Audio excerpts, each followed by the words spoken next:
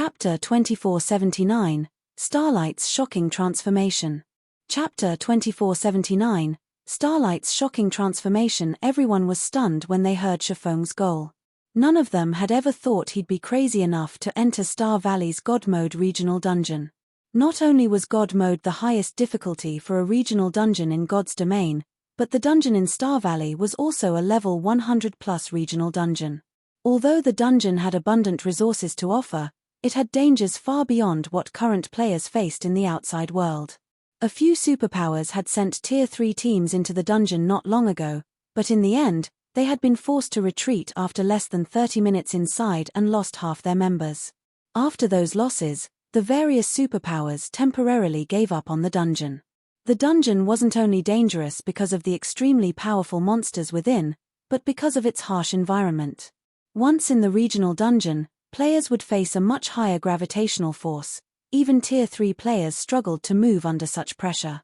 To make matters worse, the monsters that called the dungeon home had high combat standards. Guild Leader Black Flame, I wish I could agree to your offer, but the Star Tomb is no place for current players. Our basic attributes may remain the same inside, but that place significantly limits our mobility. Just fighting the level 105 Great Lords in the dungeon is a massive challenge, not to mention the level 105 Grand Lords, Hell Rush explained after taking a deep breath. Although Shifeng's offer was wildly tempting, the idea of entering the Star Tomb was a joke. While inside the Star Tomb, Tier 3 players' mobility would be reduced to Tier 1 standards, and to make matters worse, the increased gravity didn't affect the dungeon's monsters. And that wasn't all. Most importantly, players' stamina consumption would skyrocket during combat in such a high-gravity environment. If players ventured too far into the Star Tomb, they could lose their lives due to stamina depletion. Moreover, players couldn't teleport out of the regional dungeon, even with Netherworld Empire's mana barrier. If they weren't very careful, they could easily team wipe. I understand your concerns, Commander Rush, but if we succeed, I'm willing to reserve 8 of the mana training rooms in the Fortress Lord's Mansion for Netherworld Empire. Of course, we'll calculate the fees separately, Shifeng informed his guest with a chuckle. I'm sure you've sensed how dense the mana is in the mansion, but the mana training rooms have even denser mana. Aside from securing various rare materials, there was another reason that Shifeng had traveled to the Western continent. He wanted the Star of Light. Without the Star of Light, he had no chance of revitalizing the Tree of Life's withered main branch. The Star of Light was a legendary material that was only available on the Western continent. To be precise, it could only be found within the Star Tomb. Based on the information he had from the past, 3 of the Star Tomb Stars of Light had dropped while players had explored the regional dungeon for the first time. With the Star Tomb untouched, this was the perfect opportunity to secure one for himself. If he missed this opportunity, his chances of obtaining the legendary material would be miserably low by the time he organized another expedition to the west. To enter the regional dungeon, players had to have reached Tier 3 at the very least. Players couldn't enter until then. Moreover, a 100-man team wouldn't be nearly enough to explore the dungeon. Shifeng would need at least 500 players to pull off his plan. Unfortunately, organizing a team of 500 Tier 3 players would be incredibly difficult at this stage of the game. Thus far, only the 5 great super guilds could manage it. Hence, Shifeng had asked Phythalia to invite Hell Rush to negotiate a deal. The mana training room? Hell Rush's eyes glowed when Shifeng offered the additional benefit. When he had entered the Fortress Lord's Mansion, he had sensed the extraordinary mana within. It was, by far, the most mana-dense location he had ever visited.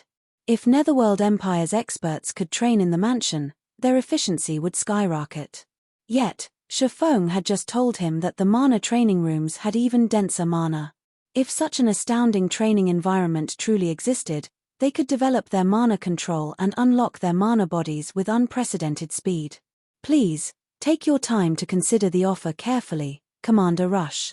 If we encounter a situation within the Star Tomb that we cannot overcome, you may retreat, and the benefits I offer will remain yours, Shifeng clarified. Your offer will still stand. Hell Rush could not ignore the temptation. Then, I agree. However, if my team risks annihilation, we will pull back immediately. If you can accept that condition, we're willing to work with you. Hell Rush wasn't sure what Shifeng's goal was, but he couldn't afford to reject the offer. Mana was the root of all things on the Western continent, which the various powers desperately fought for. Since capturing the Starlight Fortress was now impossible, he had to aim for the next best thing, and the mana training rooms would allow his guild's experts to unlock their mana bodies far sooner. Once they did, Netherworld Empire would be able to surpass the two of the other 5 great super guilds based in the West when it came to experts with fully unlocked mana bodies. That won't be a problem, Shifeng answered. He could sympathize with Hell Rush.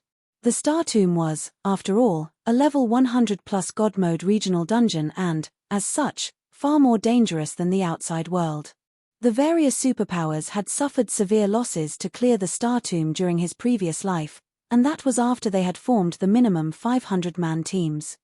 Luckily, the current Hell Legion would be more than enough for his purposes. His goal wasn't to explore all of the Star Tomb, just obtain a Star of Light. The Star of Light was a random drop in the Star Tomb, which meant that even the weakest monsters had a chance of dropping it.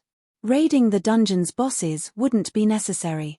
Adventurer teams had claimed 3 of the regional dungeon Stars of Light in the past, and all 3 teams had done so in the tomb's outer region. Those adventurer teams had merely been grinding for magic crystals, but they had lucked out and acquired Stars of Light instead, becoming rich overnight. Read latest chapters at Wuxia World. EU. Since no one had explored the Star Tomb yet, they should have a high likelihood of obtaining at least 1 Star of Light. Following which, Shifeng signed a contract with Hell Rush stating that Netherworld Empire's members would enjoy a 40% discount on the Starlight Fortress's basic expenditures.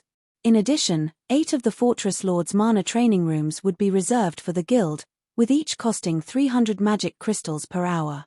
In exchange, Shifeng would have temporary command of the Hell Legion once they were inside the Star Tomb, and this would remain in effect until Shifeng completed his task or the team encountered more trouble than they could handle. In addition, Netherworld Empire would dispatch experts to defend the Starlight Fortress alongside Zero Wing and Divine Tribe. Once they had signed the contract, the alliance between Zero Wing and Netherworld Empire was set in stone. Not long after, news of their partnership spread like the plague, reaching the various superpowers in no time at all. This ignited a commotion among the various superpowers that had aimed to take the Starlight Fortress. Chapter 2480, Starlight Fortress Unsealed. What did you say? The Hell Legion agreed. Chapter 2480, Starlight Fortress Unsealed. What did you say? The Hell Legion agreed. Impossible. The Hell Legion has 300 Tier 3 experts, and every one of them is a lunatic. When the various superpowers received news of the Hell Legion's decision, they found it hard to believe. They had assumed the Starlight Fortress was doomed once the Hell Legion had gotten involved. Even if they didn't capture the fortress, they were sure to leave it in ruins. They were all familiar with what kind of team the Hell Legion was. It was a team of madmen. The Starlight Fortress might be impressive for its dragon guard, but after all was said and done, it only had 1 dragon. 1 dragon wasn't nearly enough to keep all 300 Hell Legion members in check. They weren't ordinary Tier 3 experts, and as long as they had a chance of victory, they'd repeatedly resurrect their members and assault the Starlight Fortress until only one side remained. This was why the various superpowers were so afraid of the Hell Legion. And yet, the situation had developed in such an unexpected way. The Hell Legion hadn't even started a decent battle, much less taken the fortress. The Legion had actually allied with the ruling power after a short discussion. Moreover, the Hell Legion had agreed to a partnership that didn't include shares of the fortress. The various superpowers' upper echelons even wondered if the reports were about the Hell Legion they knew so well. While the news spread, the various superpowers, who had been preparing to assault the Starlight Fortress, hesitated. They had only dared to target the Starlight Fortress because Netherworld Empire had expressed interest in capturing it, but now that the Super Guild had joined the fortress's ruling power, the situation had become disastrous for the various superpowers. These superpowers weren't afraid of Divine Tribe. The guild only had a few more Tier 3 experts than the rest of them.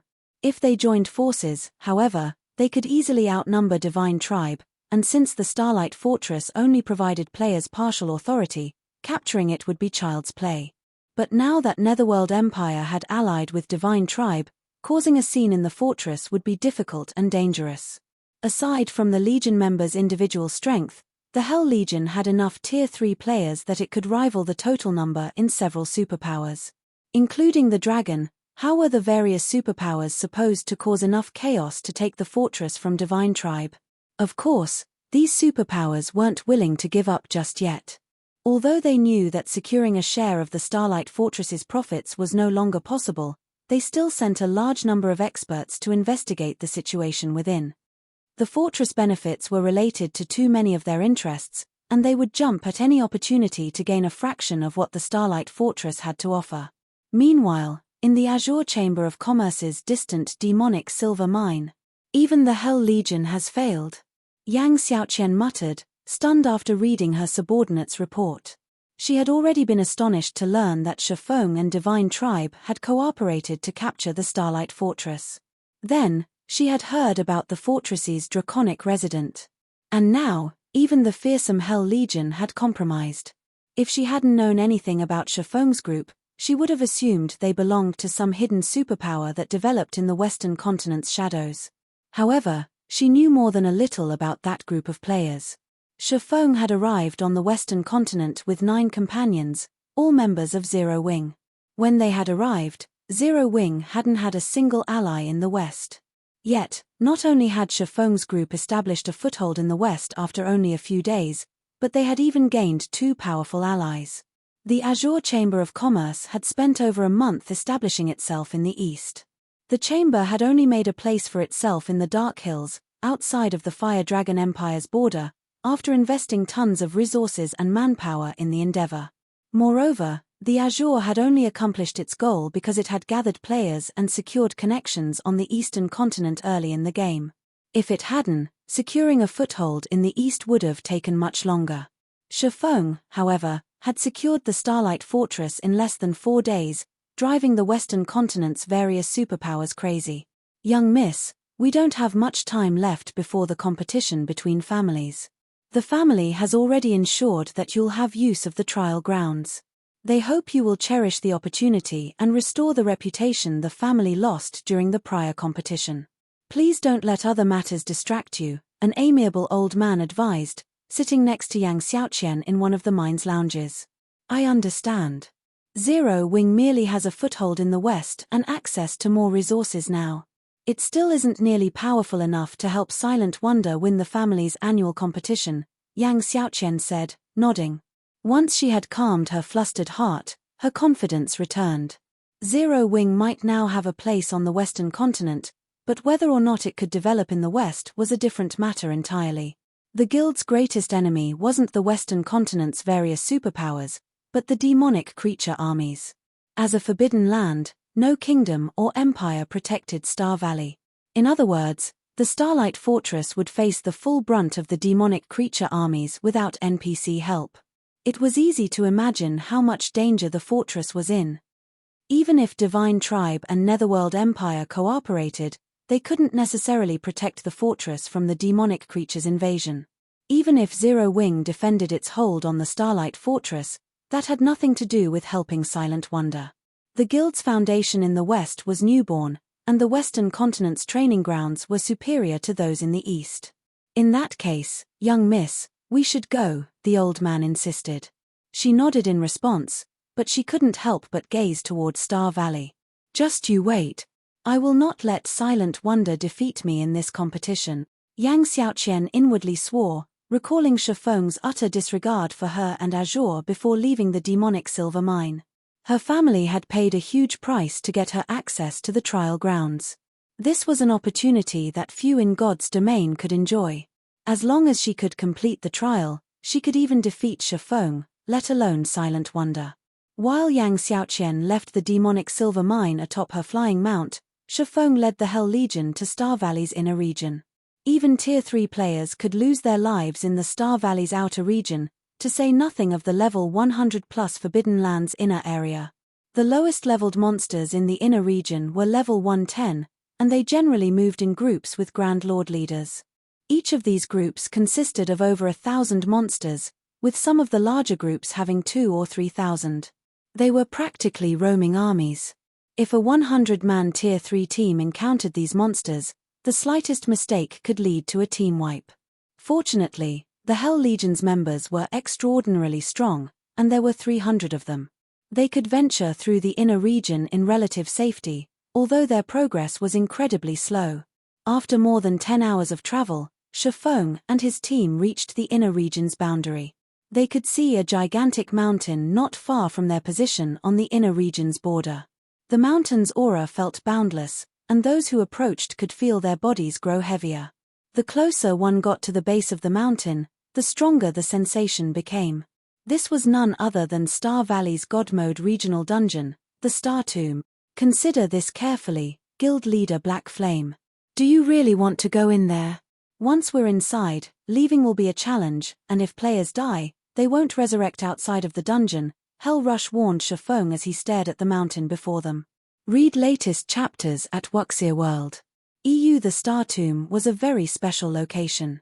When players normally died, they'd resurrect in the nearest NPC town or city, but that wasn't the case in the Star Tomb. No matter how many times players died, they'd only return to life within the dungeon. I understand. Let's head in. Shifeng was quite familiar with the Star Tomb's peculiarities, yet he walked into the regional dungeon with no hesitation. Hell Legion's members only glanced at each other before helplessly following the swordsman. Shortly after Shifeng and his team entered the Star Tomb, the Starlight Fortress in Star Valley's outer region lit with a bright glow as the seal was finally removed. The Starlight Fortress had opened to the public. Chapter 2481, Fortress of Astronomical Value. Quick look. The Starlight Fortress is open. Chapter 2481, Fortress of Astronomical Value. Quick look. The Starlight Fortress is open. It's finally open. I've been waiting for this moment.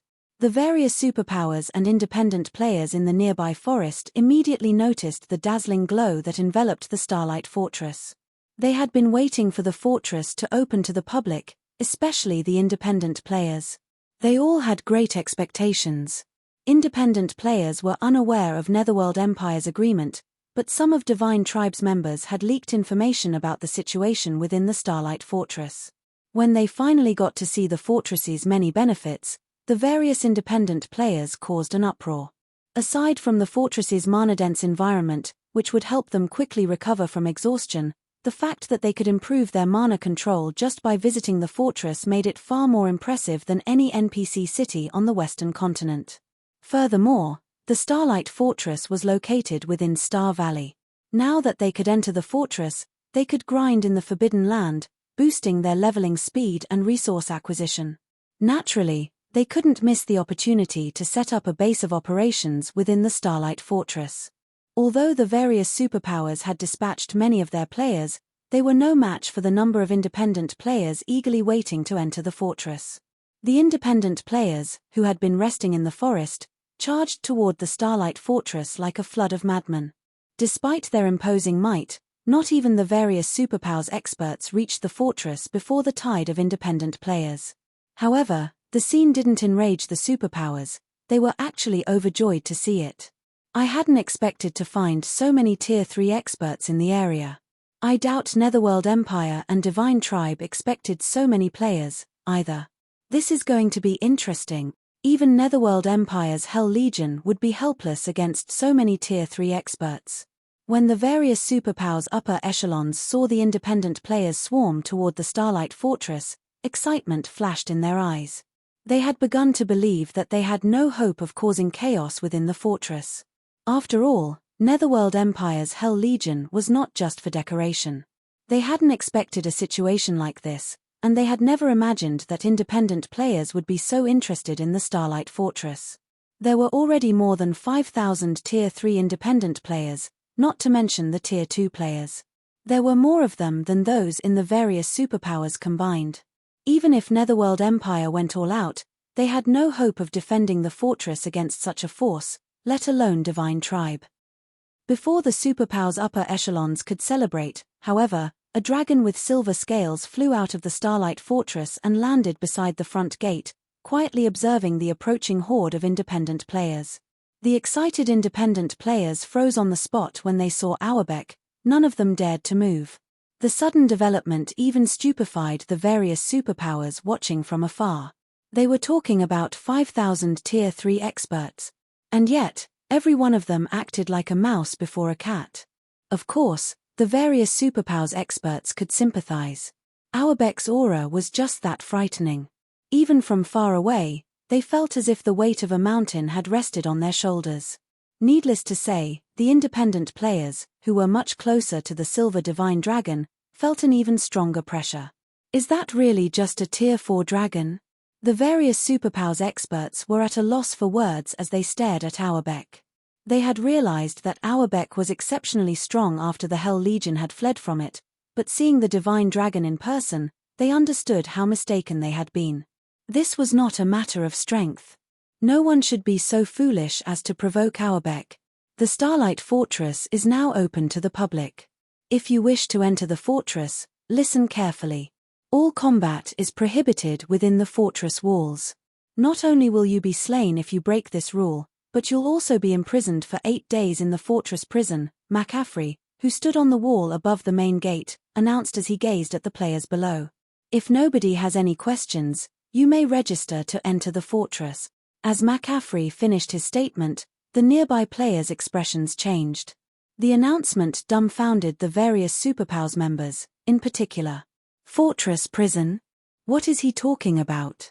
The superpowers upper echelons, who had laughed at the Starlight Fortress's latest predicament, could no longer muster the strength to laugh. They were familiar with the concept of God's domain's prisons. Once players were jailed, they'd have to serve their time unless someone destroyed the prison from the outside. It was this moment when the various superpowers understood, more or less, why Netherworld Empire had decided to compromise. With a fortress prison around, who would dare cause a scene in the fortress? The various superpowers began to despair when McCaffrey began to speak once more. Due to the fortress's limited space, players may only remain inside for 1 natural day. Each consecutive day you spend in the fortress will cost 1 magic crystal. In addition, all basic services the fortress offers cost magic crystals. If you fail to pay for the services you've requested, you will also spend 8 days in the prison. Please keep this in mind during your stay. After listening to McCaffrey's speech, every player in the area was stunned again. Normally, the various powers did everything they could to increase a fortress's player population after capturing one, which, in turn, would transform the fortress into a trade hub. This would also give the ruling power access to a huge amount of resources, yet the Starlight Fortress's owner had decided against that. They showed no regard for attracting players to the fortress. The entrance fee alone cost a whopping 20 silver per person, and players were only allowed to spend a day in the fortress. Once that day was up, every additional day would cost a magic crystal. To make matters worse, they had to pay magic crystals for the services within the fortress. This was basically daylight robbery. Only a fool would enter the fortress. On the Western continent, magic crystals were incredibly rare, which made them far more valuable than coins. Moreover, most high-value transactions involved magic crystals. Tier 2 experts would be fortunate to earn 3 or 4 magic crystals per day, and Tier 3 experts only earned around a dozen. After deducting daily expenses, they'd be lucky if they kept half of their remaining magic crystals. With how the Starlight Fortress operated, Tier 2 experts had no hope of setting up a base within the fortress. Are the fortress's managers insane? Their greed for magic crystals certainly is. It's already obvious that no one on the continent has a chance of taking the fortress. The fortress can slowly develop and grow without worry, and yet they're chasing people away. I can't wait to see how they'll survive against the demonic creature armies. The situation even stunned the various superpowers. They couldn't fathom what Shifeng and the others were thinking. If they had so many magic crystals to spare, they might as well spend them in the Divine Colosseum's trial tower. Moreover, players could afford a luxury meal, which would help them recover from exhaustion far faster than within a mana-dense environment, with 20 silver to spend. In truth, the pricing had left McCaffrey speechless when he had heard it, but Shifeng had insisted that the fortress would only conduct business using magic crystals. So, he couldn't do anything about it. The Starlight Fortress belonged entirely to Zero Wing, after all. Divine Tribe was only helping manage it. While some powers and players left in a huff, a 500-man team watched the events unfold from a short distance away from the main gate. "Are we still going in, Commander?" a ruthless, level 106 man asked the robust man in leather armor next to him. Read latest chapters at Wuxia World. The robust man was Crow, the Stormheart Adventurer team's commander. "Of course. We might as well take a look since we're here," Crow said, gritting his teeth. The 20 silver entrance fee wasn't a major concern for Stormheart, but the fact that the fortress's basic amenities cost magic crystals wasn't something Stormheart could afford to play with. But Crow's curiosity was too strong to ignore. Thus, he decided to go in and look around. At worst, they'd have paid the entrance fee for nothing. Having given his answer, Crow led his team toward the Starlight Fortress's front gate. Chapter 2482, Mana Changes. Chapter 2482, Mana Changes. Once Stormheart's members paid the exorbitant entrance fee, they carefully walked through the front gate under Auerbach's watchful eye. What? Some players are actually willing to pay such a fraudulent fee? Maybe they've decided to do some sightseeing since they've already gone to the effort of reaching the fortress. The players that had been preparing to leave the area watched Crow and his team with contempt as they entered the Starlight Fortress. A 20 silver entrance fee was unheard of on the Western continent. With 20 silver, a player could fully repair their weapons and equipment in an NPC city. Some Tier 2 players only made that much after a full day of grinding. Yet, Stormheart's members were investing so much money just to sightsee or experience the fortress's mana-dense environment. Moreover, they could only spend one day in the fortress. They were foolish to waste their money like that. After spending a moment to ridicule Stormheart, the surrounding players packed up and left. It wasn't long before 90% of the players around the Starlight Fortress left the area. Now, less than 10,000 players remained in line at the front gate. They've already secured their hold on the Starlight Fortress, yet they're chasing away customers. We won't have to lift a finger to ensure the fortress's demise. They want to charge magic crystals for all basic expenditures made inside the fortress. They certainly know how to dream. How foolish. Do they really think they can squeeze players for all they've got just because the Starlight Fortress is the only open fortress in Star Valley? The various superpowers upper echelons couldn't help but laugh when they saw how few players were willing to enter the Starlight Fortress. They had been afraid that the fortress would make some bold move to widen the gap between them, but it seemed their concerns had been meaningless.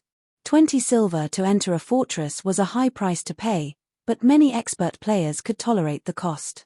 With the resources available in Star Valley and the Starlight Fortress's benefits, they could easily earn back the coins and more. However, the Starlight Fortress had crossed the line by charging magic crystals for its basic services. On the Western continent, magic crystals were players' foundation. Without magic crystals for their combat runes, players' combat power would decrease significantly. Unfortunately, as luck would have it, magic crystals were painfully rare in the West. Obtaining a single magic crystal was a challenge. If it weren't so difficult, the continent's various powers wouldn't fight so desperately over ore veins that had a chance of producing magic crystals. Although players could obtain magic crystals by grinding in Star Valley, it wasn't easy. Star Valley was still a level 100+ forbidden land and far more dangerous than other maps where magic crystals dropped. If a player decided to focus their development around the fortress, they'd only be cheap labor for the ruling power. Only a fool would accept that burden. Following which, the various superpowers upper echelons commanded their teams to turn around and leave. They had no intention of entering the Starlight Fortress. They had learned of the fortress's situation from the spies they had planted in Divine Tribe before the Starlight Fortress had opened to the public. They had no reason to enter the fortress to verify the reports. They'd only be handing over their hard-earned coins by doing so. McCaffrey felt frustrated as he watched so many players walk away from his position on the fortress's wall. Those players were potential money and resources. Shifeng could have easily transformed the Starlight Fortress into a prosperous trade hub by lowering his prices, yet he had insisted on charging magic crystals for all basic services. That condition alone had deterred the majority of players from visiting the fortress. While the various superpowers walked away from the Starlight Fortress, the Stormheart adventurer team had made it inside. So, this is the Starlight Fortress? The mana density is so high. It's no wonder why the entrance fee is so exorbitant. This environment is certainly worth the price. Stormheart's members were mesmerized when they sensed the ambient mana within the Starlight Fortress. They were not members of the various superpowers, just independent players. Even if they were a part of a top adventurer team, they could only get their hands on limited resources. The resources Stormheart possessed couldn't even compare to that of first-rate guilds. Needless to say, they didn't have access to mana-abundant locations, either. They had to rely on their exceptional talent and hard work to develop slowly. We'll only be able to rest here from time to time. We can't afford to go bankrupt, the ruthless man beside Crow said as he glanced at the pricing boards outside the nearby hotels. Even in NPC kingdoms and Empire's capital cities, the most expensive, luxurious hotel room only cost 10 silver per night. However, not only were the hotel rooms in the Starlight Fortress small, but they were also astonishingly expensive. A room actually cost 1 magic crystal per night. Their team currently had 500 players. If they rented hotel rooms for the night, they'd have to pay a total of 500 magic crystals. The rest of Stormheart's members could only nod in agreement. Not even first-rate guilds could afford such a costly expenditure, let alone Stormheart. Only superpowers would have the funds to rent these hotel rooms. Wait. The mana here is different somehow, a Tier 3 female elementalist suddenly spoke up. Different. Curious, the ruthless man began to pay more attention to the mana around him, but he failed to find anything unusual about it. How is it different? No. She's right, Crow exclaimed. To be precise, this area has different types of elemental mana. I can sense the 3 supreme elements, and the mana is growing even denser, the female elementalist explained. Ordinary Tier 3 experts would likely struggle to sense the differences in the ambient mana, but she had a special mana legacy, which allowed her to notice the minute oddity. The 3 supreme elements. The ruthless man was stunned. Excitedly, he asked, "Doesn't that mean that this fortress's environment is similar to the environment of ancient times?" Experts constantly researched and tried to understand more about God's domain's current affairs and history every day. The information hid many opportunities, and for independent players and adventurer teams, who lacked resources, this was one of the few reliable ways to encounter fortuitous opportunities. Naturally, Stormheart and its members were no exception. In fact, their knowledge of God's domain was vast, especially regarding the ancient area when gods had still roamed the land. The ancient era had been the peak of God's domain. Humankind had been far more powerful then. Ancient human civilizations had developed their individual strength and technology to unbelievable levels. Read latest chapters at Wuxia World. EU. In comparison, current humans hit their limit after reaching Tier 5. Moreover, most Tier 5 powerhouses nowadays were far weaker than those of the past. The biggest difference between the past and the present was the composition of ambient mana. During ancient times, ambient mana had been composed of all 7 elements, but now, it only included the 4 major elements. The remaining 3 supreme elements could only be found in certain locations and in almost negligible amounts. This was why God's domain's creatures couldn't fully comprehend and control mana, which made it harder to reach new tiers. And yet, within the Starlight Fortress, the 3 supreme elements had gathered, creating an environment reminiscent of ancient times. This was a heaven-defying opportunity. Chapter 2483, Hidden Madness. Chapter 2483, Hidden Madness. As soon as the ruthless man finished speaking, excitement flashed in his Tier 3 comrade's eyes. If the Starlight Fortress's environment were reminiscent of ancient times, consisting of all 7 elements, it would be a true paradise for players. Not only would players have a much easier time controlling mana in such an environment, but it would also help them unlock their mana bodies. After giving the matter some thought, Crow turned to the Tier 3 female elementalist beside him and said, "Rose, return to headquarters and gather all of the magic crystals we have. Send someone to ask around about renting a hotel here, as well. We'll be using it as Stormheart's temporary base. From now on, Stormheart's Tier 3 members will develop out of the Starlight Fortress. Although living in the Starlight Fortress was costly, if the benefits allowed one to improve their mana control and unlock their mana body's potential with ease, it was worth the price. It would even be worthwhile if the adventurer team had to invest every magic crystal it had earned thus far and would earn in the future. Levels weren't the top priority for Tier 3 players right now. Rather, unlocking their mana body's full potential was far more important. A Tier 3 player could only exhibit the true strength of Tier 3 once they did so. Residing in the Starlight Fortress would accelerate the process of unlocking their mana bodies, which was a unique, massive benefit. The rest of God's Domain's players hadn't realized this yet, which gave Stormheart the opportunity to establish a base in the fortress. If they waited until the various guilds noticed, finding a place and developing in the Starlight Fortress would become far more difficult for the adventurer team. In terms of money and resources, Stormheart wasn't even a match for first-rate guilds, much less superpowers. Understood. I'll have someone look into it immediately, the female elementalist in blue, Ice Rose, replied before breaking away from the rest of the group. While Stormheart secretly took action, other Tier 3 independent players, who had entered the fortress and were particularly sensitive to mana, did the same. For a time, something strange took place within the nearly empty Starlight Fortress. Despite barely any players visiting the fortress, its hotels were booked, one after another. Moreover, all of the rooms were rented long-term, stunning the ignorant visiting players and McCaffrey. Players could earn a 10% discount when renting hotel rooms long-term, but they'd have to reserve the room for a minimum of 10 days. This meant that players had to pay 9 magic crystals per room, with each day normally costing 1 magic crystal. Including the fact that all of the fortress's basic amenities cost magic crystals, the cost was even extravagant to Tier 3 experts. Regardless, nearly 100 players had rented rooms in the Starlight Fortress long-term. Some players had even rented out an entire hotel.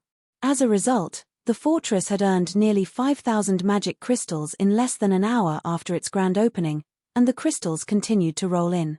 Meanwhile, inside the Star Tomb, Shifeng and his team ventured farther into the Star Tomb, and the Hell Legion faced one bitter battle after another. Even Tier 3 experts struggled to move within the regional dungeon, their mobility reduced to that of Tier 1 players. Fortunately, their basic attributes hadn't been affected.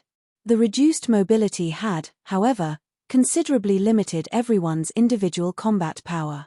In the outside world, every member of the Hell Legion could solo a level 105 Great Lord, but in the Star Tomb, they could barely defeat a level 105 High Lord. The Earthen Giants in the regional dungeon's outer region typically moved in groups consisting of several hundred, with each having at least 100 Great Lords. These small armies were an extraordinary challenge for the Hell Legion. Every time they encountered a group of monsters, the Legion spent over an hour to defeat them, and once the battle was over, they had to retrieve their tents to recover their lost stamina. If they didn't take the time to rest, their chances of defeating the next monster army would plummet. Naturally, this slowed their leveling speed to a crawl. However, the Hell Legion members had to admit that the God Mode regional dungeon was a wonderful location. Not only was the monsters' drop rate impressive, but the loot they acquired was top quality as well. One would have to slay Grand Lords for the slightest chance of obtaining secret silver weapons and equipment in the outside world, but in the Star Tomb, they could slay Great Lords to acquire the same ranked items. Furthermore, the dungeon's Great Lords had a chance of dropping level 105 secret silver set equipment. After over 20 hours of battle in the Star Tomb, the Hell Legion had completed 2 secret blue sets and 1 thorn set. The secret blue set was a set equipment for magical classes, while the thorn set catered to plate armor classes. Although both were only 6-piece, level 105 secret silver set equipment, they were definitely considered top tier in an era when most guild experts hadn't yet reached level 105. Even the Hell Legion's members coveted the set equipment. Although the weakest piece of equipment among them was level 105 secret silver rank, with a few players having level 105 fine gold and dark gold equipment, the benefits of a complete secret silver set equipment were slightly greater than the items they currently wore. If they were willing to part with the set equipment, They could easily demand astronomical prices. Star Tomb's monsters also dropped plenty of magic crystals and mana stones. The Legion had even acquired 3 combat techniques and Tier 2 skill books. Unfortunately, the Hell Legion had entered an agreement with Shifeng before they had entered the regional dungeon. Since Shifeng had employed the Legion for this expedition, all loot they acquired would belong to him. The Hell Legion would only gain EXP within the dungeon. Guild leader Black Flame, "We've found the path to the Star Tomb's 2nd floor ahead," Hell Rush reported, gesturing to a massive tunnel not far from the team. The monsters in the area are too concentrated, however, and there are a few Grand Lords in the mix. Pushing past them is impossible. I'm afraid we'll be limited to this area. The Star Tomb's interior had a similar structure to a tower, separated into multiple floors. Each floor was the size of a level 15 map in the outside world, was more difficult to clear than the last. As players ascended, they'd also be subjected to higher gravitational force.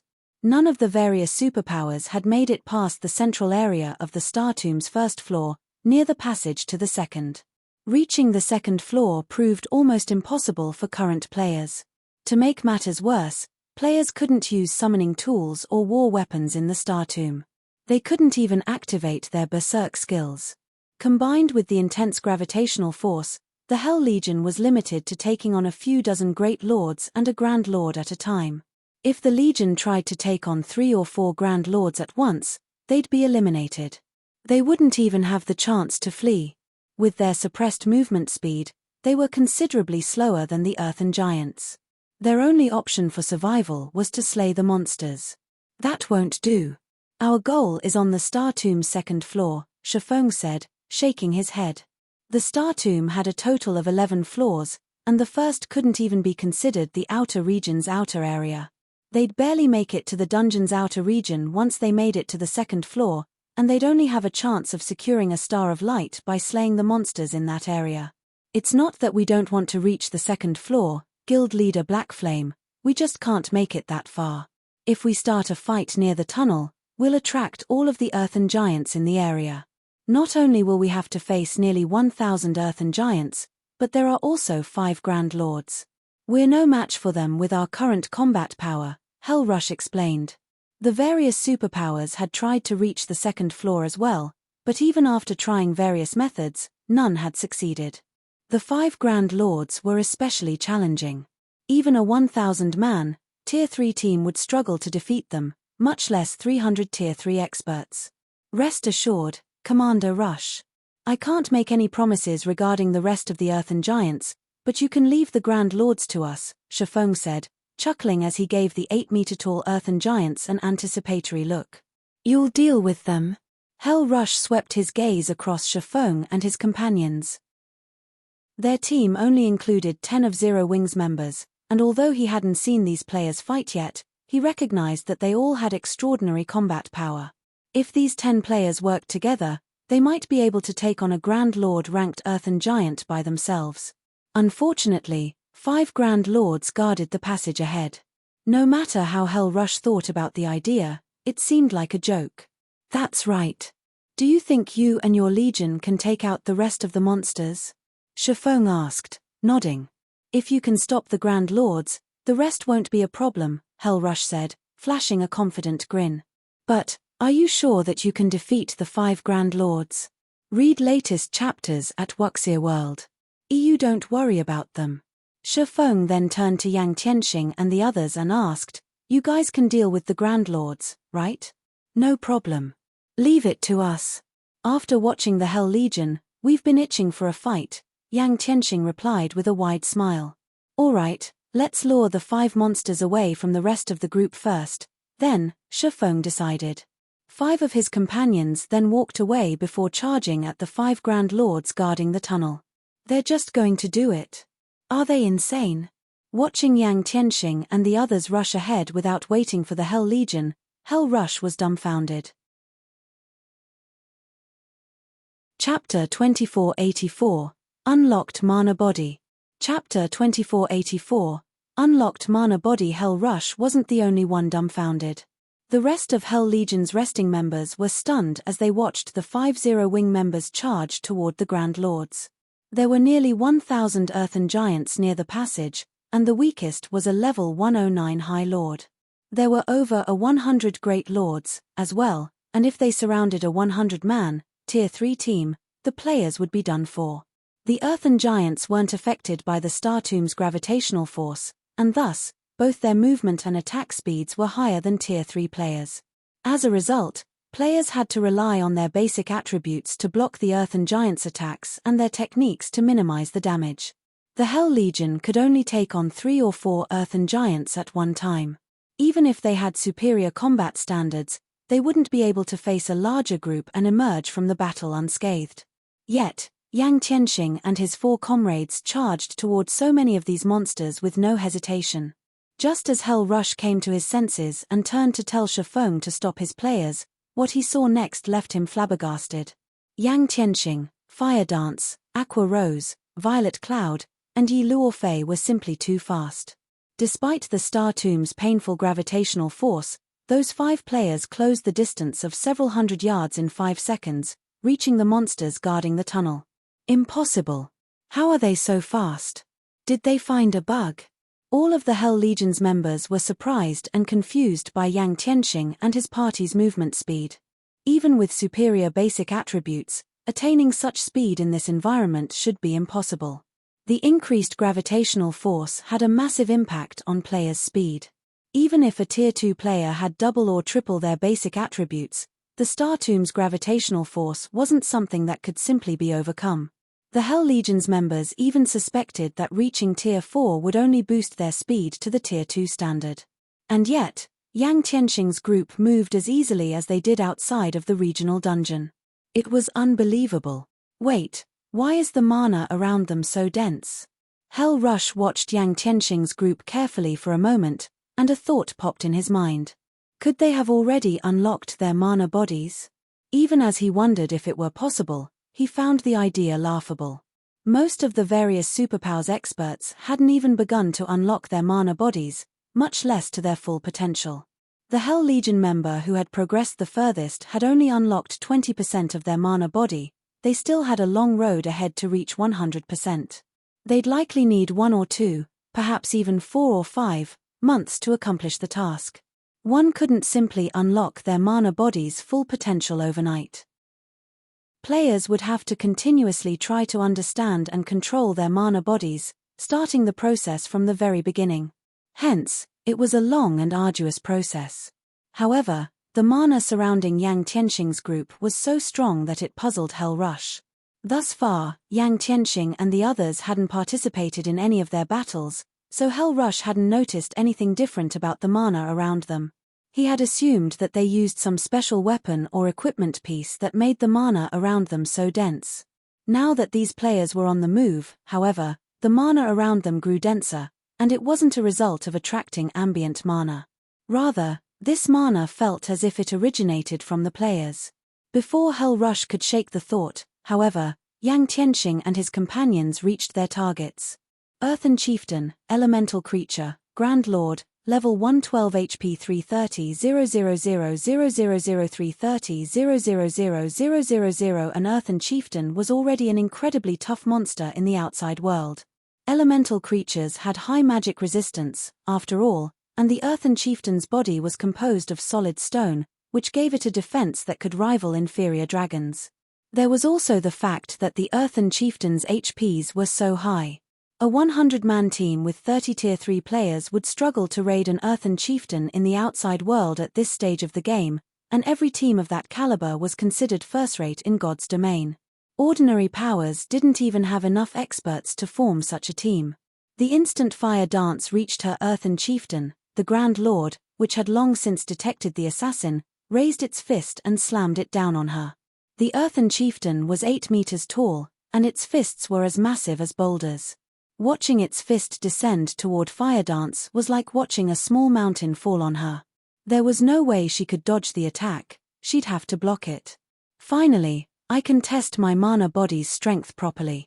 A hint of excitement flashed in Fire Dance's eyes as the Grand Lord's fist fell. She immediately unsheathed 1,000 transformations, countering the Earthen Chieftain's attack with a normal strike. When she had emerged from the Legacy Gate, She had only been a small step away from unlocking her mana body's full potential, and after using the legacy room, she had resolved that issue. She had spent some time experimenting with her mana body, finally unlocking its potential to 100% a day ago. However, she had been busy with the Starlight Fortress's matters and hadn't had time to test out her mana body. Now that she had the perfect opportunity to so, she wouldn't waste it by relying on her more powerful skills. Is she insane? She's only an assassin, yet she's trying to tough it out? The Hell Legion's members thought Fire Dance was overestimating her strength when she hadn't used a skill to dodge the Grand Lord's attack. With her speed, evading the blow shouldn't be hard. She was a Void Realm expert, after all. She should have recognized the Earthen Chieftain's attack trajectory immediately. And yet, the assassin was trying to counter the Earthen Chieftain's blow. She had to be suicidal. Boom. The sound of an explosion echoed throughout the area, and the ground trembled. The impact's shockwave threw dust into the air. Once the dust settled, the scene before the Hell Legion's members stunned them. She blocked it. An assassin, a class known for its speed, had successfully blocked the Earthen Chieftain's attack.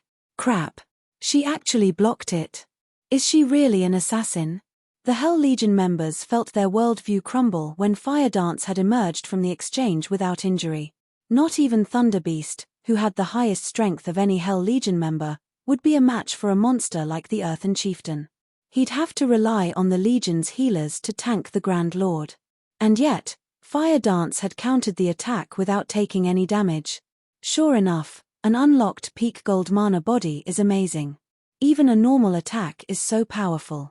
If she can learn a mana technique, she'll likely be able to solo mythics. When Shifeng saw Fire Dance dominate the Earthen Chieftain, he couldn't help his desire to unlock his own mana body. God's Domain's players would only be considered true experts once they had unlocked their mana body's full potential. If they didn't, they'd only be considered pseudo-experts, even after reaching Tier 4. Take the Star Tomb, for example. If players entered the dungeon without fully unlocking their mana bodies, they'd struggle against the regional dungeon suppression. Hence, the first thing all experts needed to do upon reaching Tier 3 was unlock their mana bodies. Levels and tiers had to be set aside. Until they succeeded, they wouldn't even qualify to explore God's Domain. Read latest chapters at Wuxia World. EU. While Shifeng admired Fire Dance's display, the assassin used shadow steps to appear behind the Earthen Chieftain. It's my turn. Fire Dance raised 1,000 transformations, aiming for the back of the Grand Lord's head. Absolute strike. Darkness immediately surrounded Fire Dance. -424,538. A damage of over -400,000 appeared above the Earthen Chieftain's head, and silence fell over the Hell Legion. Chapter 2485, Inhuman Battle. Chapter 2485, Inhuman Battle. Over 400,000 damage? Is she even human? Every member of the Hell Legion wondered if they were hallucinating when they saw the bright red numbers above the Earthen Chieftain's head. For a moment, they even wondered if Fire Dance was an NPC disguised as a player. Even they, experts who stood at the pinnacle of God's Domain, could barely cause over -70,000 damage to the Earthen Giants with Tier 3 skills and spells. Hell Rush, one of the Legion's strongest players, could only deal around -150,000. These monsters' ridiculously high defense and magic resistance could practically rival archaic species of the same rank. And yet, they had just watched a Tier 3 assassin deal over -400,000 damage to the Grand Lord ranked Earthen Chieftain, and she had only used a Tier 2 skill. Even at Tier 3, assassins didn't have many options for raising their attack's power. Most of their skills focused on speed, increasing their total DPS. But Fire Dance had obliterated what they had known about the class. How could she even be considered an assassin with that kind of raw power? She was even more of a berserker than actual berserkers. Before the Hell Legion members could recover from their shock, Yang Tianxing and the other 3 Zero-Wing experts started their battles with their own Earthen Chieftains. Yang Tianxing effortlessly evaded his Grand Lord's straightforward attack, circling to the Grand Lord's back. He then brandished his daggers and sent several beautiful, silver arcs slicing into the Earthen Chieftain's back. minus 134,324, minus 274,543, minus 133,645. A series of damages appeared above the Earthen Chieftain's head, and although each of his hits didn't deal as much damage as Fire Dance's, the total amount was frightening. Meanwhile, Aqua Rose, Violet Cloud, and Yi Luorfei, all magical class players, caused an even greater commotion. As soon as Aqua Rose finished her spell's incantation, a towering tidal wave manifested before her, devouring the Earthen Chieftain and several dozen Earthen Giants nearby. In one move, Aqua Rose heavily injured the Earthen Giants and Earthen Chieftain, which boasted high magic resistance. She also dealt over 1 million damage to each of them. Meanwhile, Yi Luorfei summoned 5 flaming meteors, casting them down on her Earthen Chieftain. 1, 2, 3 meteors. As each meteor struck the ground, the dungeon's first floor trembled violently. By the time all 5 had landed, they had created a crater that was over 100 meters wide and 10 meters deep around the Grand Lord. Of the 3 Earthen Chieftains that faced these magical class players, however, Violet Cloud's target was in the worst state. 300 shadow blades danced around the Grand Lord, each with enough force to make the monster stumble. When all 300 attacked as one, the outcome could only be described as a tragedy. How does Zero Wing have so many monstrous players? At this point, every member of the Hell Legion believed that Yang Tianxing's party could slay the 5 Earthen Chieftains, let alone keep them distracted. They only might need some time to defeat the monsters. Even so, their combat power was astonishing. The 5 Zero Wing experts single-handedly suppressed the Star Tomb's Grand Lords, and not one of them was an MT guild leader Blackflame. Have they fully unlocked their mana bodies? Hell Rush could not help but ask as he watched Fire Dance and the others fight. He couldn't think of any other reason that would allow those 5 players to display such incredible speed and power. Not even the various super guilds experts had unlocked their mana bodies' full potential. All of them were still exploring. It hadn't been long since these experts had reached Tier 3, after all. They have. All 5 have reached 100% of their mana body's potential, Shifeng confirmed with a nod. He had no intention of hiding the fact, nor could he. He couldn't explain away the strength Yang Tianxing and the other 4 displayed as higher basic attributes. Even if they had double or triple their basic attributes, they wouldn't exhibit such impressive combat power. Players could only accomplish this feat by unlocking their mana body's full potential. It was a pity that Shadow Sword, Cola, Turtle Dove, and Alluring Summer hadn't progressed this far yet.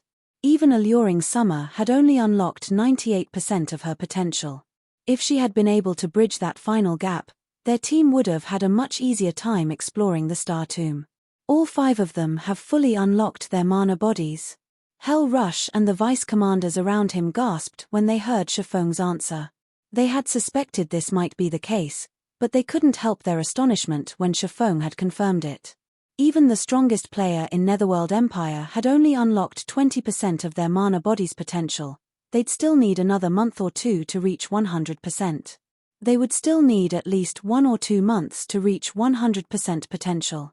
Yet, Zero Wing, a guild that had started from nothing in God's domain and wasn't supported by any major corporation, had nurtured 5 experts with fully unlocked mana bodies. It was unbelievable. Would you be willing to offer some guidance regarding mana bodies, Guild Leader Blackflame?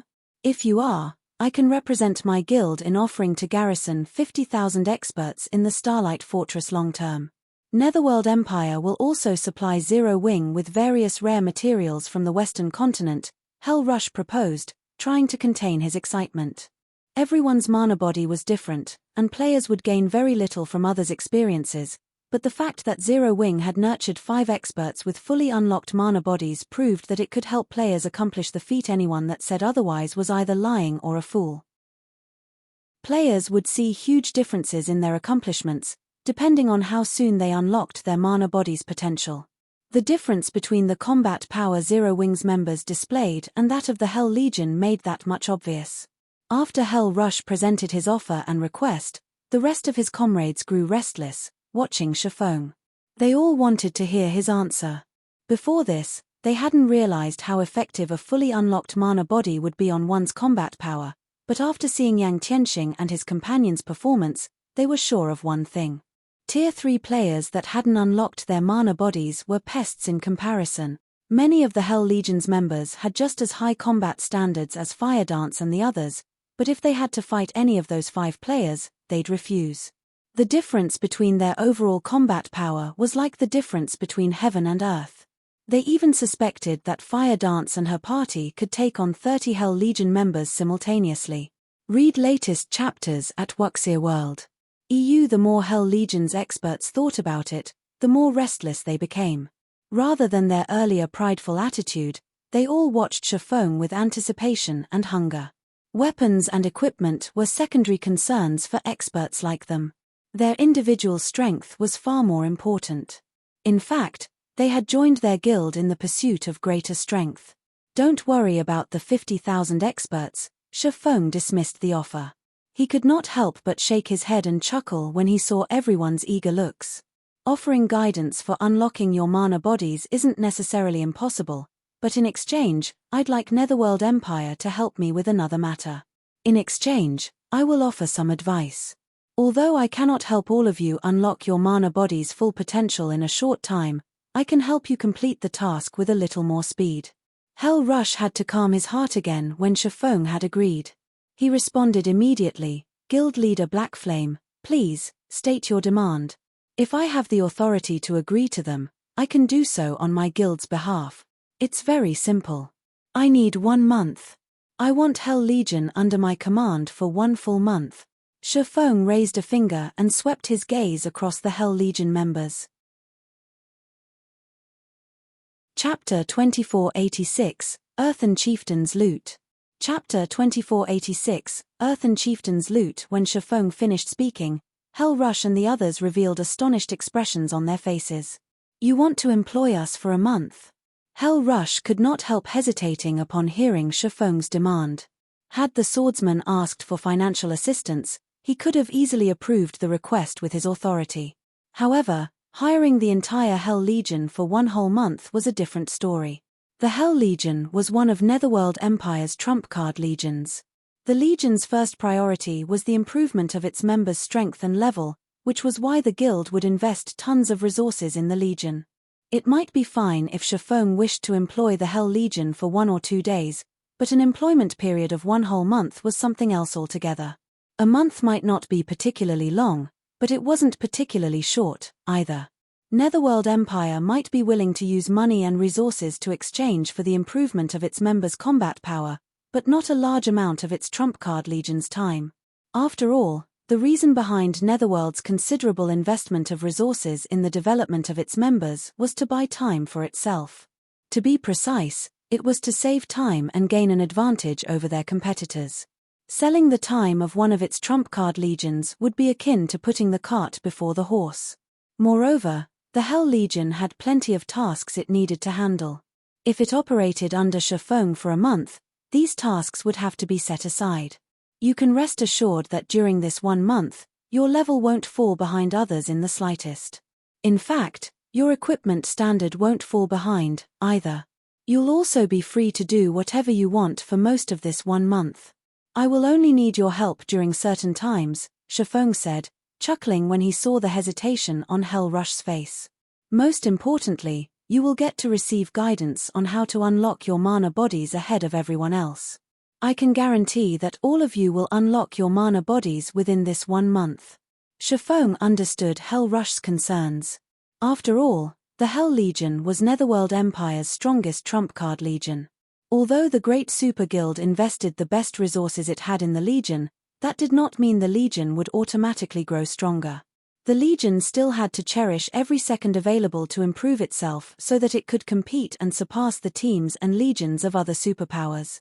No guild would be willing to let its strongest legion waste 1 whole month working for someone else, even in exchange for the method to accelerate the process of unlocking one's mana body. I'm afraid I don't have the authority to decide on this matter.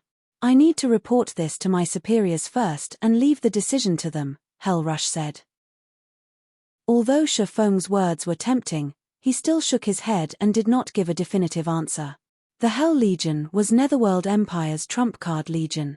The resources Netherworld Empire could obtain and invest in the Hell Legion were not something Shifeng could possibly get his hands on. Moreover, Netherworld Empire might not have any methods to accelerate the unlocking process of a player's mana body now, but that might not be the case a few days later.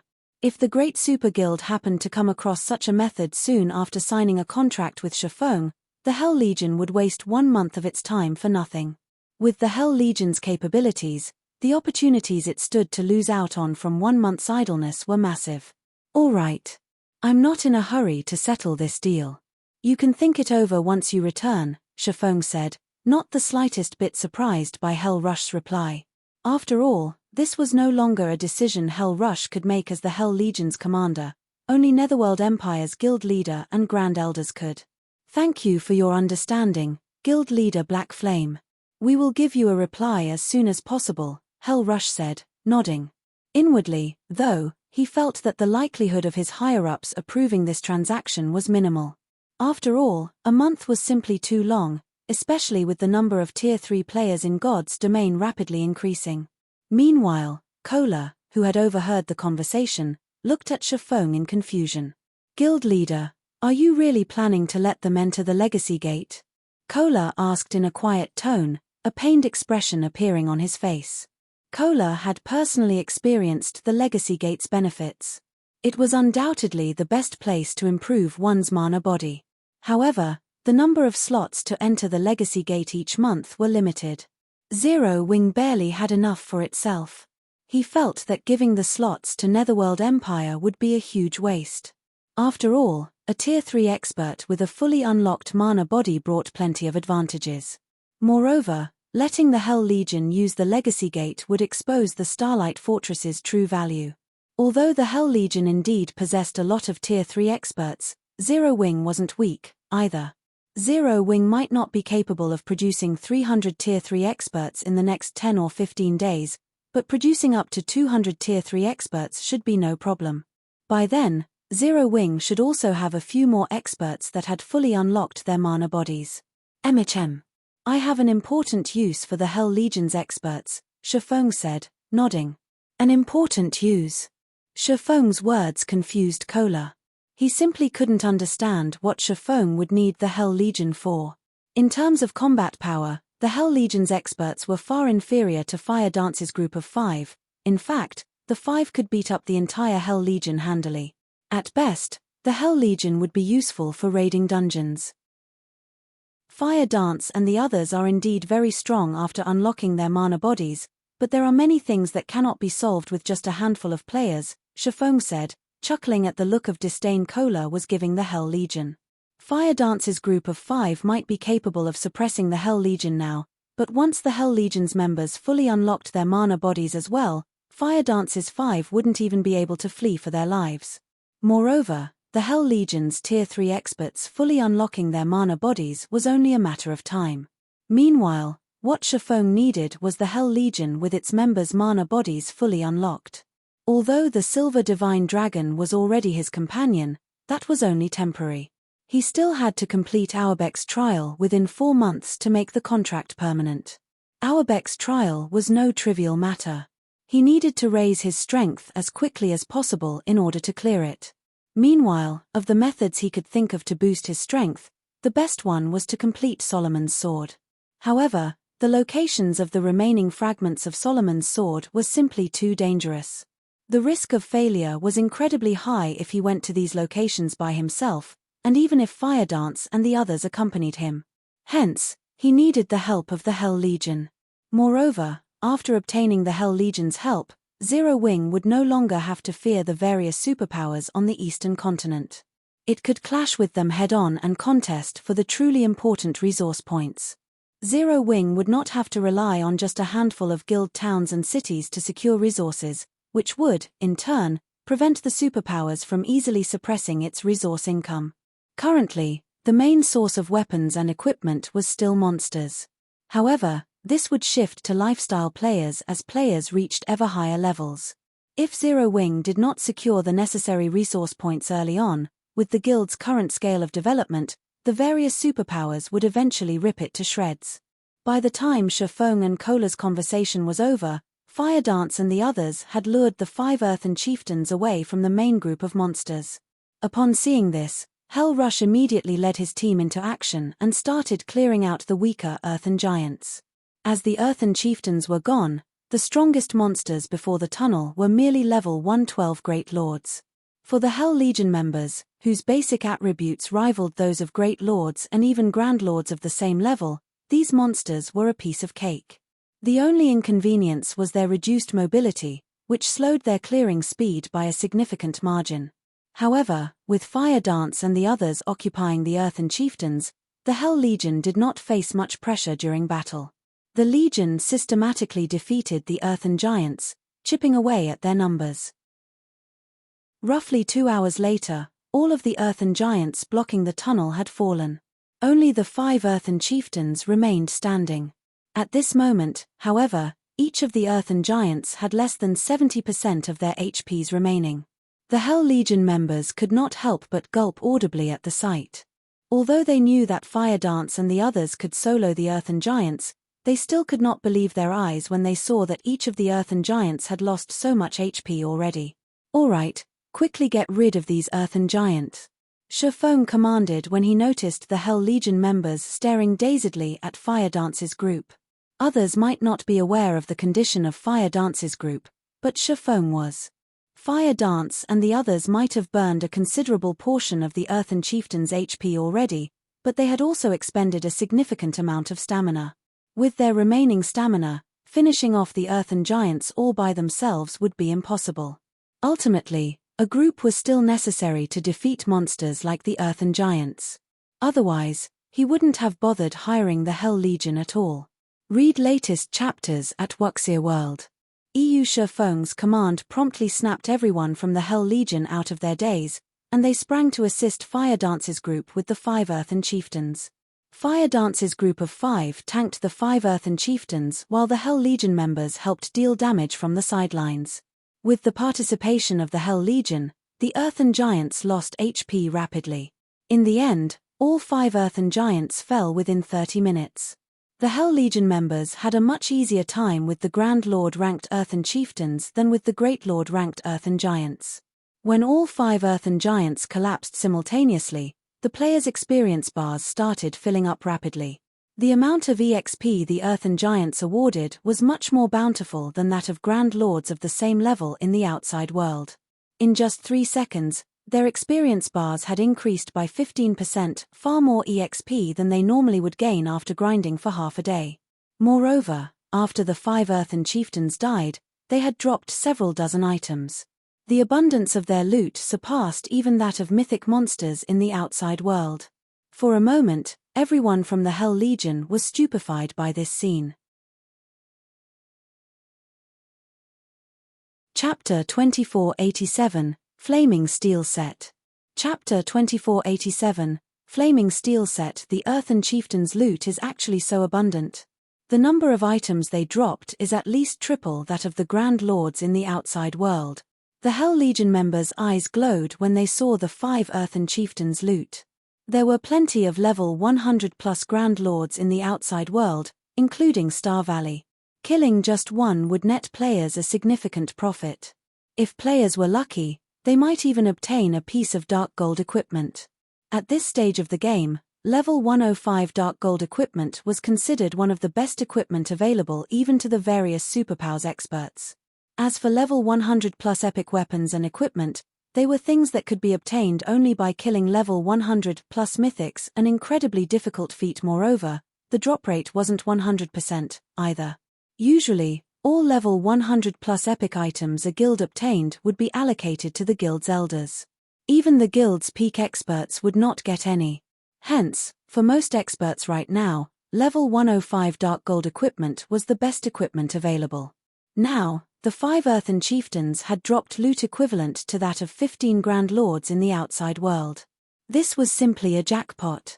Moreover, the earthen chieftains also granted much more EXP, equivalent to that of a mythic monster in the outside world. While the Hell Legion members were quietly discussing this matter among themselves, Aqua Rose and the others quickly collected the earthen chieftains' loot.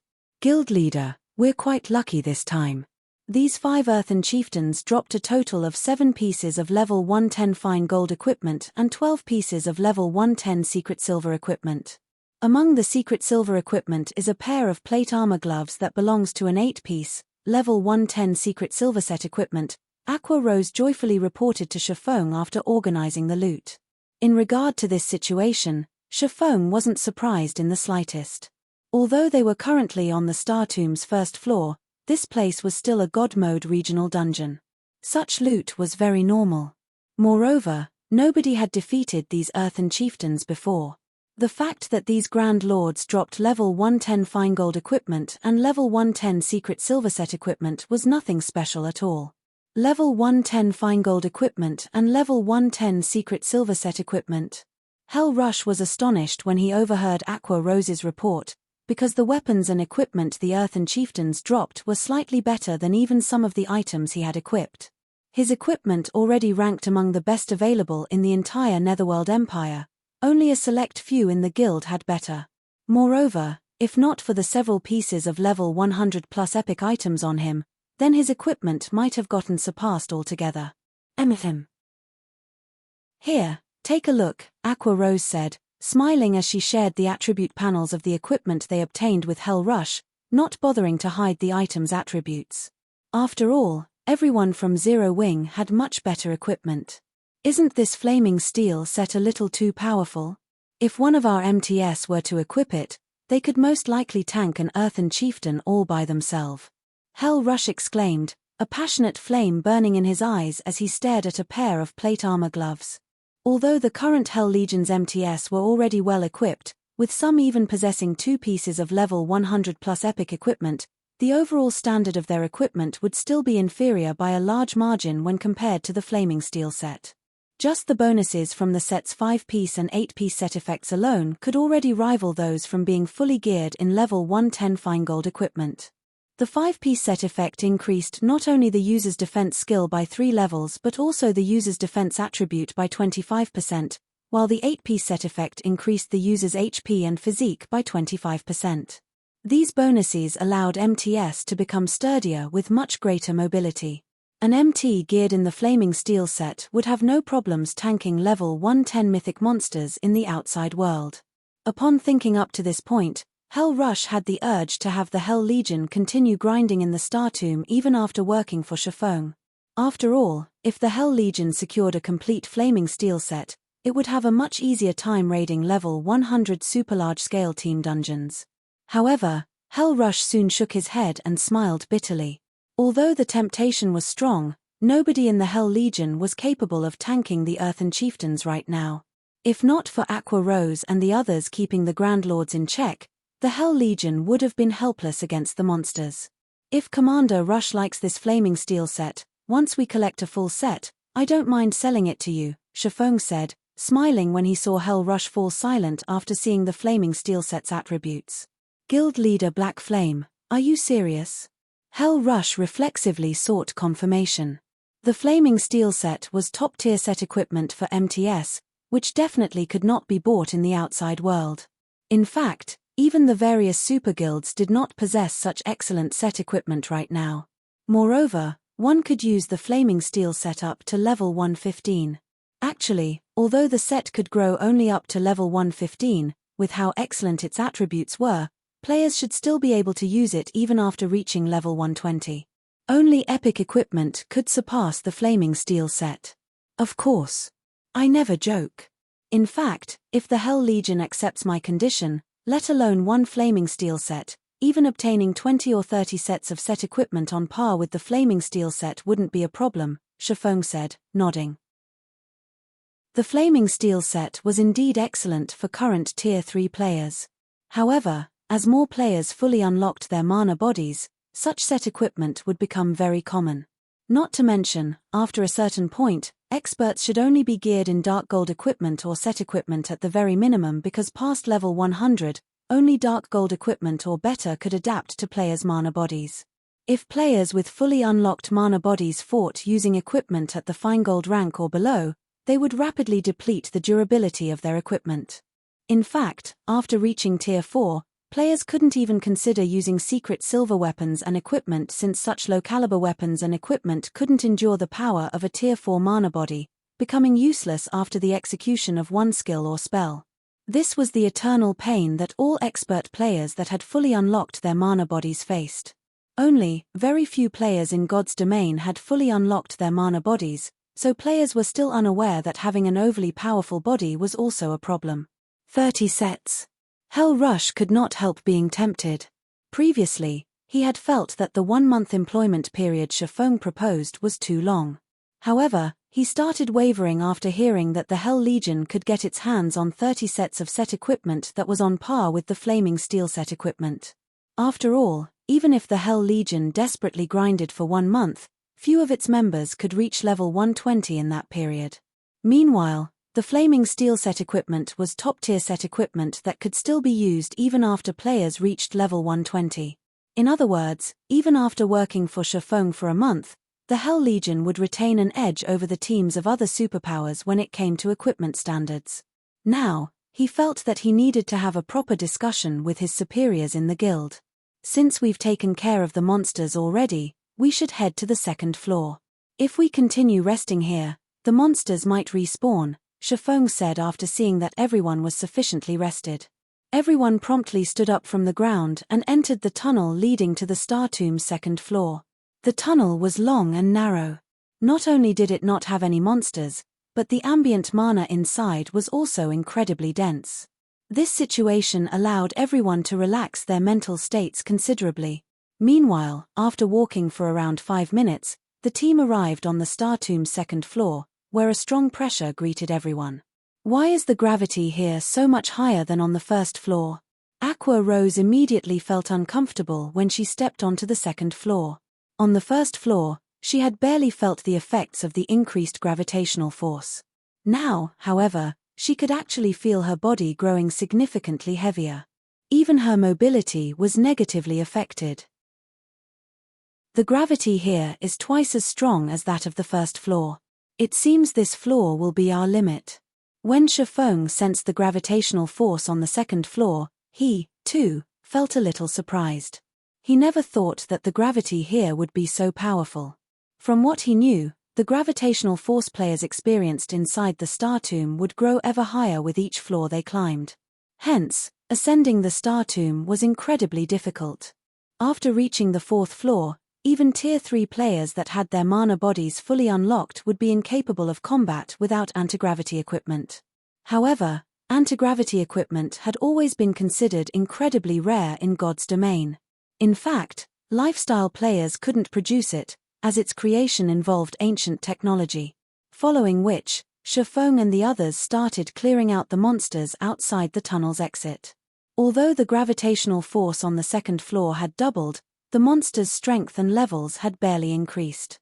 The only obvious difference was the larger number of Great Lord-ranked earthen giants in each group of monsters. However, this change did not affect Shifeng and the others at all. Moreover, to everyone's surprise, the monsters here granted at least 3 times more EXP than the monsters found on the 1st floor. As a result, everyone's leveling speed was now at least 50% faster than if they grinded in the outside world. In addition, the loot the monsters dropped was also much better. Even the Great Lord-ranked earthen giants occasionally dropped level 110 fine gold equipment. Aside from having better loot, the Star Tomb's 2nd floor had much thinner mana than the 1st floor. Hence, everyone could actually improve their control over the mana inside their mana bodies as they fought, which inspired everyone to fight much more fervently. Read latest chapters at Wuxia World.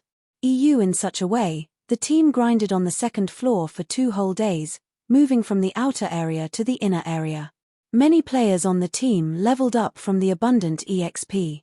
Unfortunately for Shifeng, as he had reached level 111 already, the amount of EXP he received from the 2nd floor's monsters wasn't particularly abundant. Hence, he did not manage to level up. As if to rub salt in the wound, despite killing numerous Grand Lords, he still didn't obtain a Star of Light during the past 2 days of grinding, contrary to his expectations. Guild leader, I discovered an inferior legendary treasure chest over here. Fire Dance, who was scouting ahead of the team, reported excitedly through the team chat. An inferior legendary treasure chest. Shifeng was stunned when he heard Fire Dance's words. How is this possible? According to his memories, the Star Tomb shouldn't possess a single treasure chest, much less an inferior legendary treasure chest. Chapter 2488, Demon God's Temptation. Could it be a pioneering benefit? Chapter 2488, Demon God's Temptation. Could it be a pioneering benefit? After giving the matter some thought, this was the only possibility Shifeng could think of. In his previous life, there was never any news of anybody discovering a treasure chest in the Star Tomb despite the many teams grinding there back then. Any treasure chest opened in the Star Tomb would definitely have caught the attention of others. However, nobody had ever seen any signs of a treasure chest being opened in the Star Tomb. Hence, everyone had always believed that this regional dungeon did not spawn treasure chests and that players could only obtain resources and treasures from killing bosses there.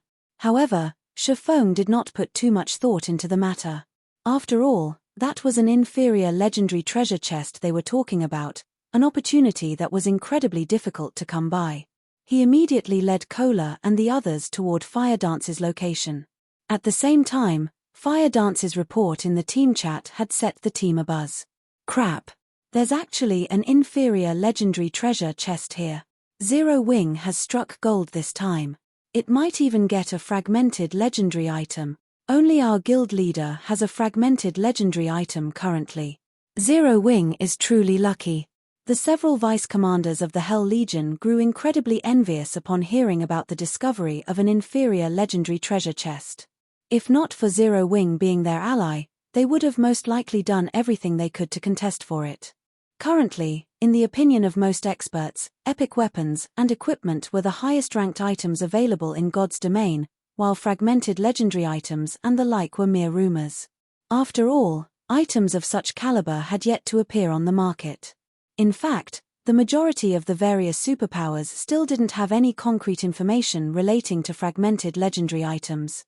According to Netherworld Empire's investigations, there shouldn't be more than 10 fragmented legendary items in the hands of players right now. Moreover, only a few in the guild's upper echelon knew about this information. As for the strength of fragmented legendary items, the guild upper echelon, like themselves, had personally witnessed it before. It was not something epic weapons and equipment could hope to match. Fragmented legendary items allowed players to undergo a qualitative transformation. If they could obtain just one fragmented legendary item, they would instantly soar to the apex of God's domain. Most importantly, fragmented legendary items could be used forever, continuously growing stronger as players reached higher levels, and would never fall behind the times. Hence, Netherworld Empire had always been frantically searching for clues to fragmented legendary items and would go all out in following any clues it found. In fact, the guild wouldn't even mind letting the entire Hell Legion suffer annihilation if it meant obtaining a fragmented legendary item. However, according to Netherworld Empire's research, the chances of getting a fragmented legendary item from epic treasure chests were minimal. Only inferior legendary treasure chests had a significant chance of awarding such an item. The Star Tomb's pioneering benefits are this excellent. Hell Rush also could not help growing envious in this situation. It seems we'll really need to go all out in exploring the Star Tomb after this job. Although he knew that the Star Tomb definitely contained bountiful resources and treasures as a God Mode regional dungeon, he never imagined that it would be to such an extent. They were only on the Star Tomb's second floor, yet they had already come across an inferior legendary treasure chest. If even the second floor had such amazing treasures, he simply could not fathom how amazing the treasures on the higher floors would be. After the Hell Legion's members discussed this matter briefly among themselves, they quickly followed Shifeng toward Fire Dance's location. The environment of the Star Tomb's second floor was a tropical rainforest. However, unlike the rainforests in the real world, the rainforest here was home to colossal trees. Entering this place felt like entering a land for giants. Ordinary humans would look incredibly small here. After traveling through the forest for around 20 minutes, the team arrived before a barren hill, which actually had an ancient temple erected on it. A dark fog enveloped this shrine, evoking an indescribably gloomy sensation. Through the open gates, one could see a gigantic treasure chest sitting in the middle of the shrine. This treasure chest gave off the distinctive orange-red glow of an inferior legendary treasure chest. Guild leader, we've struck the jackpot this time. It really is an inferior legendary treasure chest, Kola said, excitement surfacing on his face when he spotted the gigantic treasure chest. This was no longer Kola's first time seeing an inferior legendary treasure chest. Although he didn't think that Fire Dance would make a mistake, after verifying Fire Dance's claim with his own eyes, he still could not help his surprise. After all, he had personally experienced the strength of a fragmented legendary item before. At this moment, aside from Kola, Aqua Rose and the other Zero Wing members present also revealed excited expressions on their faces. After all, so long as they managed to obtain a fragmented legendary item from the treasure chest, Zero Wing would have another Apex expert, something the guild lacked the most right now. However, unlike the Zero Wing experts, the members of the Hell Legion did not reveal any joy or envy upon seeing the inferior legendary treasure chest. On the contrary, they even started shaking their heads in disappointment. What a pity. It's actually a demon god's temptation, Hell Rush sighed as he gazed at the gloomy temple. After calming herself, Aqua Rose turned to Hell Rush and asked curiously, Demon god's temptation? What do you mean, Commander Rush? Previously, she had clearly sensed Hell Rush and the others' passionate response to the discovery of the inferior legendary treasure chest. Now, however, after seeing the treasure chest itself, they were suddenly indifferent toward it. This was truly strange. You arrived on the Western continent not long ago, so you might not know about this, but strange temples randomly appear in some of the dangerous locations on the Western continent. Not only are these strange temples filled with dense dark energy, but these temples also house incredibly precious treasures, Hell Rush explained. However, these temples are merely traps set up by demon gods. If players fail to resist the temptation and get lured into these temples, they are forced to undergo a trial and challenge the phantom of the demon god that set up the trial.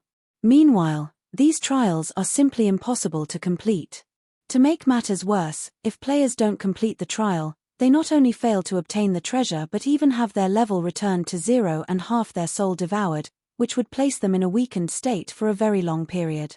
At which point, players have no choice but to remake their accounts. Hence, we have labeled these temples as the demon god's temptation. As Hell Rush finished speaking, many of the Hell Legion's members revealed grim expressions. This was because several of the Hell Legion's members had fallen for these traps and were forced to remake their accounts, an irrecoverable blow.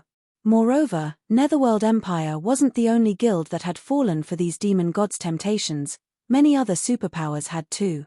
Many famous experts had disappeared from God's domain, victims of these traps.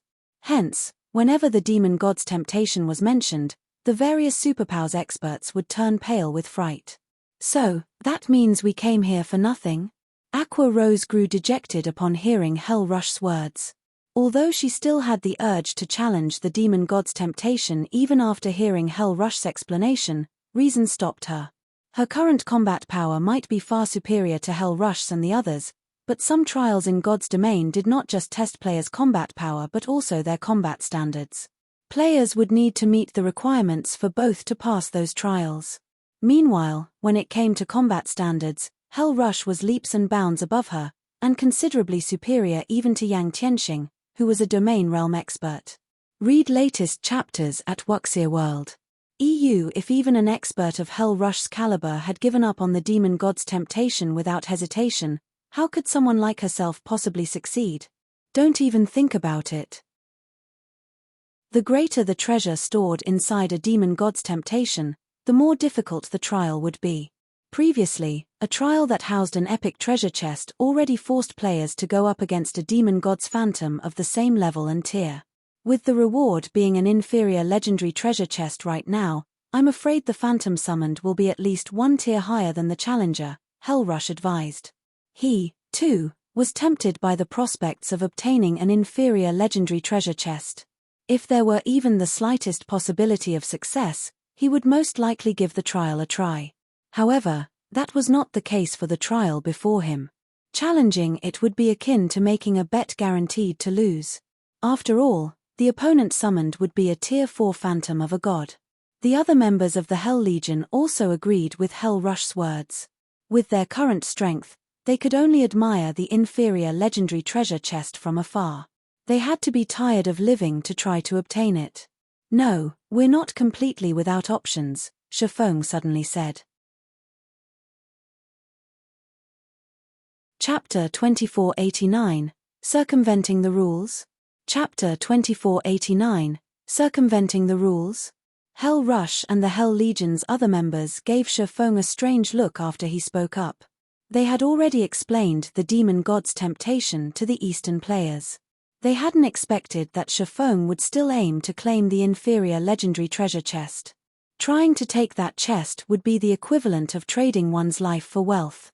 Guild leader Black Flame, you won't be able to use your berserk skills or any magic tools once inside the temple. You'd have to face the demon god's phantom by relying on your own power. Although the phantom isn't a true demon god, a demon god did create it. It's far stronger than a hero of the same level and tier, Hell Rush explained. If you fail, you'll have to remake your account. Hell Rush could sympathize with Shifeng's desire. An inferior legendary treasure chest was just that tempting. That treasure chest had a very high chance of bestowing a fragmented legendary item to whoever opened it. But Shifeng didn't know how powerful a demon god's phantom was.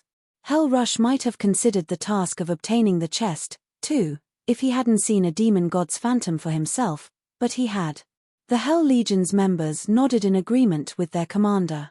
They acknowledged Shifeng for his strength, but the man wasn't powerful enough to challenge a demon god's phantom and survive. Guild leader. Shifeng's statement even made Aqua Rose a little nervous. He hadn't even unlocked his mana body's full potential, and in the Star Tomb, he had slightly less combat power than she did. If Shifeng failed the trial, he'd take Zero Wing down with him. The man was the symbol of Zero Wing, and if he were forced to remake his account, the guild would quickly crumble. You misunderstand. I have no intention of challenging the demon god's phantom directly, Shifeng explained, noticing his comrade's anxious expressions. I'm just saying that obtaining that treasure chest is possible. Obtaining the treasure chest without challenging the demon god's phantom? Hell Rush gave Shifeng a confused look. He thought the man must be joking. Once players entered the temple, they couldn't leave until the trial until they completed it. If Shifeng didn't defeat the demon god's phantom, how would he claim the treasure chest? Yes, though it will be somewhat difficult, Shifeng answered, nodding. He then turned to Aqua Rose and said, set up a starlight gathering magic array around the temple. Then, I want you to stand guard and prevent any monsters from approaching. Shifeng knew far more about the ancient gods and their phantoms than anyone in God's domain. Not even a dragon of the same tier would approach an area guarded by an ancient god's phantom. The phantom's strength was on par with that of a divine dragon.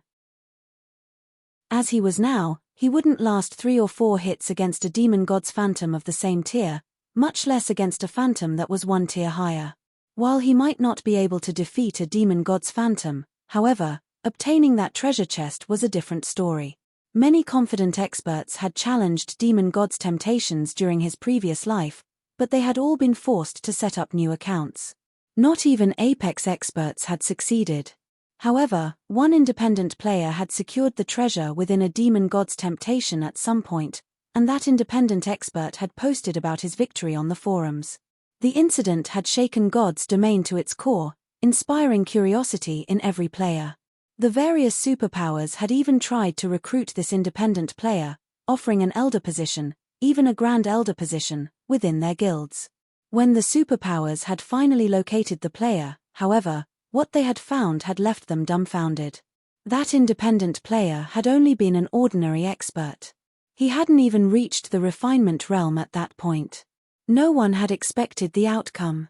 So many experts, including domain realm experts wielding fragmented legendary items, had tried to clear demon god's temptations, yet none had lasted more than 10 seconds against the demon god's phantom. Naturally, they hadn't secured the treasure, either. After detailed interviews, the various superpowers had learned that the independent player hadn't actually challenged the demon god's temptation.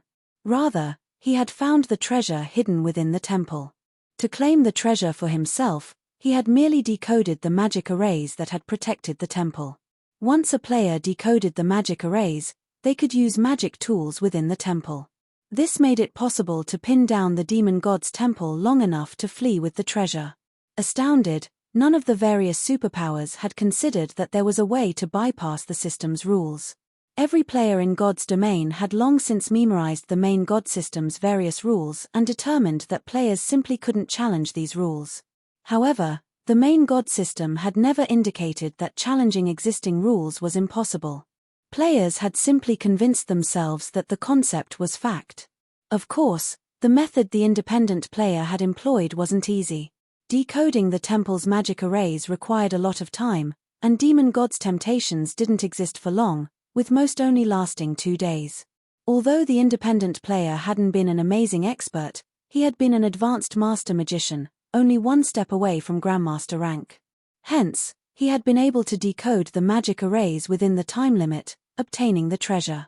Unfortunately, of the many powers that had attempted to use the same method, very few had succeeded. Demon god's temptations appeared at random, and even if players found one, challenging it would be pointless if they couldn't decode the magic arrays before the temple vanished. Even if they succeeded, they'd still have to escape the demon god's phantom. If they couldn't last 20 or 30 seconds, escaping with the treasure would be impossible. Now that Shifeng was a master magician, albeit only at basic rank, he had a chance of decoding the temple's magic arrays. The time limit was the only problem. But Shifeng couldn't care less. Since he had stumbled across a demon god's temptation, giving up without trying would be a waste. Meanwhile, confused, Aqua Rose and her companions did as they were told, setting up a starlight gathering magic array around the temple. As they did, the magic arrays concentrated the ambient mana, which skyrocketed around the temple. Now that the mana density is higher, I should be able to decode the arrays faster. Next, I'll have to race against time. Sensing the gathering mana, Shifeng took a deep breath and approached the stone pillars around the temple. He then began to decode the magic arrays that protected the temple. The several ancient pillars suppressed space around and inside the temple. Essentially, they were the core magic arrays that sealed the temple. If he could decode them, he could enter and leave the temple freely until the magic array's auto-repair completed. He would not have to worry about being trapped or not having access to magic tools within the temple. Commander, Black Flame has gone insane. Those are the system's magic arrays, yet he's trying to decode them. Thunder Beast was stunned as he watched Shifeng approach one of the stone pillars and get to work. I don't know, Hell Rush said, shaking his head. However, he hired us. Since he wants to try decoding the magic arrays, we can only comply with his wishes. In any case, we can use this opportunity to get some rest. Hell Rush assumed Shifeng had already submitted to the temptation and become obsessed with the inferior legendary treasure chest, but Shifeng must realize that defeating a demon god's phantom was impossible, coming up with another method to tackle the demon god's temptation. Although Hell Rush thought the swordsman's idea was even less feasible than confronting the phantom directly, he had no reason to stop the man since this method wasn't dangerous.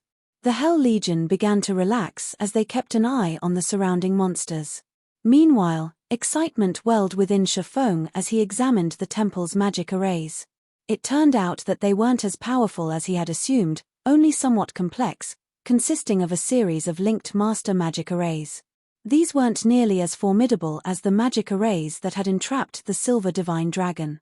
Given enough time, decoding these arrays wouldn't be a problem. Shifeng frantically decoded the core magic arrays engraved on the ancient stone pillars as time flew by. 3 hours. 6 hours. 12 hours. The harder Shifeng tried to decode the magic arrays, the more impressed he became. These arrays offered a lot of insight into magic arrays' structure and manipulations. Unfortunately, the more magic arrays Shifeng decoded, the slower his progress became. Not only were the engraved arrays more complex than the last, but they also required more mana and more precise mana control. In the end, Shifeng had only decoded half of the magic arrays after more than a day had passed. He began to feel a little dejected. It's no wonder why only a few powers had ever successfully obtained the treasures, even after learning how to secure them without facing the phantom. The last magic arrays aren't testing players' knowledge of magic arrays, but their mana control. Shifeng gave the next magic array a bitter smile.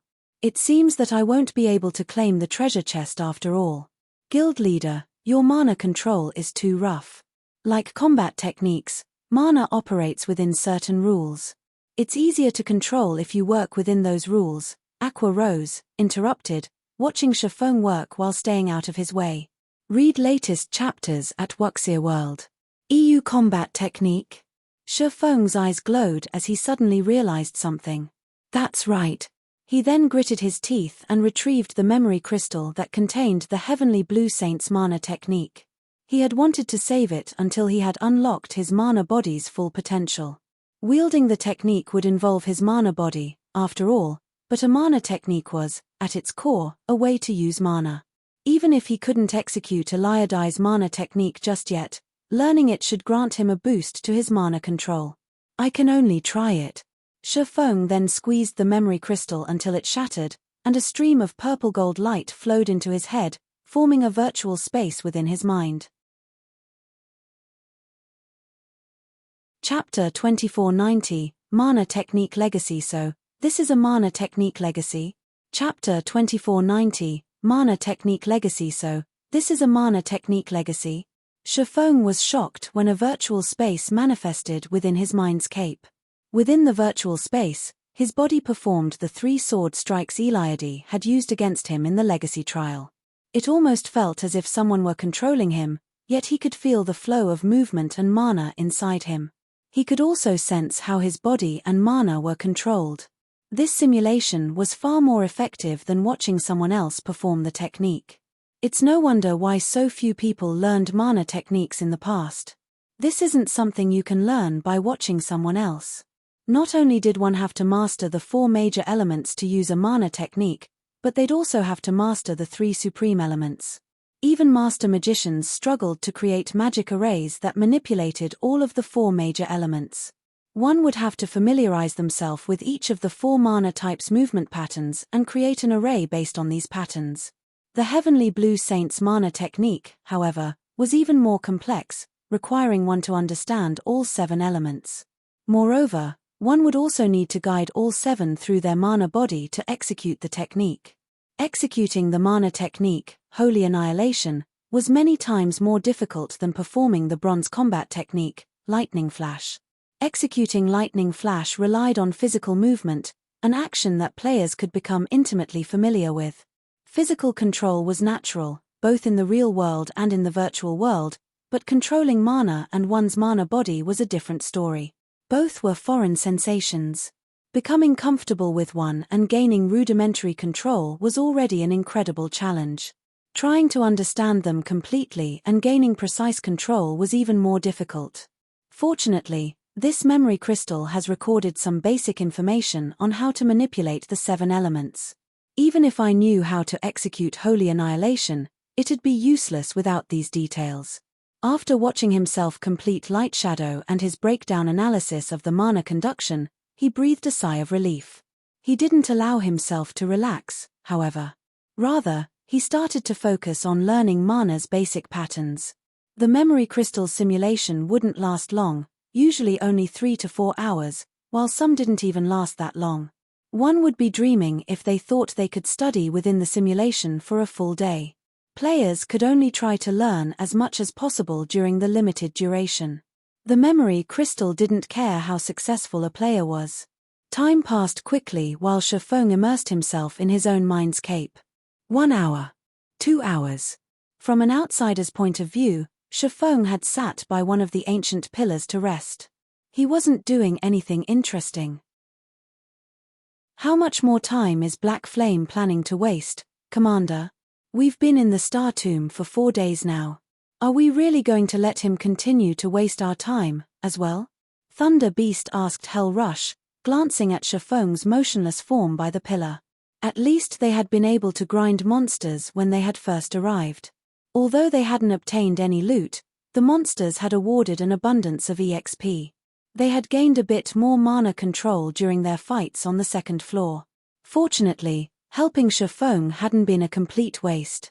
But now, They had spent over a day in this area already, just resting. Aside from killing the occasional group of earthen giants that had wandered too close to the demon god's temptation, they hadn't done a thing.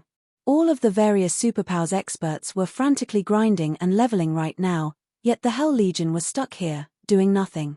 Let's wait a little longer. We agreed to accompany Black Flame into the Star Tomb for 5 or 6 days, whether or not he finds what he's looking for. The 5th day isn't over quite yet. After the agreed-upon time, if he wants to remain, we'll retreat, Hellrush said. He wasn't pleased about the situation, either. If the Hell Legion were one of Netherworld's ordinary expert legions, this wouldn't have been a major issue, but that wasn't the case. The Hell Legion was Netherworld Empire's strongest trump-card legion. Every member was an expert among experts. They did not have a ton of time to waste with Shifeng. Black Flame is stubborn. Not even the various superpowers have found success in a demon god's temptation. What can he possibly accomplish by himself? Thunder Beast grumbled, glaring at Shifeng. When the two had finished speaking, Shifeng's eyes fluttered open, and he returned his attention to decoding the magic arrays engraved on the stone pillar before him. This time, the magic arrays were much easier to decode, and the surrounding mana began to gather around Shifeng. What did he do? Thunder Beast was shocked to feel more and more mana gather around Shifeng. The mana became so dense that it actually became visible.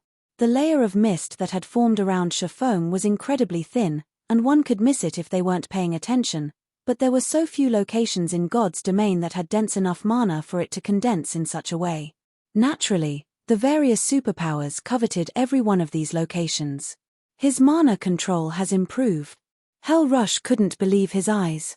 And it's improved quite a bit. You can actually attract so much mana with better mana control? Thunder Beast gave his commander a skeptical look. With enough control, it is possible.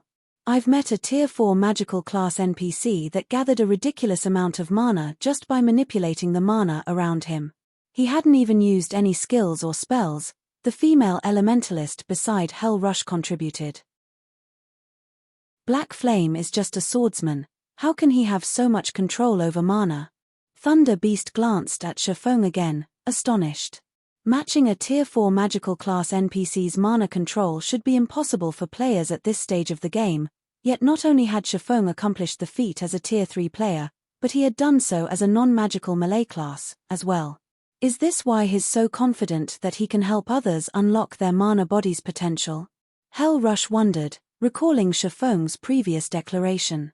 Although Hellrush had seen that Aqua Rose and her companions had unlocked their mana body's full potential, he had assumed it was a result of some means Zero Wing had to accelerate the process. He had had his doubts about whether this method could help the Hell Legion's several hundred members do the same within 1 month. Every player had a different mana body, and unlocking their potential would differ as well. Seeing Shifeng with mana control to rival that of a Tier 4 magical class NPC, however, the swordsman's claim seemed more plausible. Read latest chapters at Wuxia World. EUA players' mana control played a huge part in unlocking their mana body, which was why magical class players found the task much easier than physical class players. And yet, even Zero Wing's members, especially Aqua Rose and the other magical class players, stared at Shifeng, dumbfounded. Their mana control had been much greater than Shifeng's, especially after they had unlocked their mana body's full potential. After resting for 3 short hours, however, Shifeng had gained far more control, pulling leagues ahead of them. Just what was going on? But before anyone could regain their senses, the glow from the magic arrays on the stone pillar began to fade. As it did, the faint layer of black fog around the temple began to dissipate, and the gloomy atmosphere vanished completely. You're tuning in to the Celestial War YouTube channel. Don't forget to subscribe and join us on this journey to catch the most captivating stories.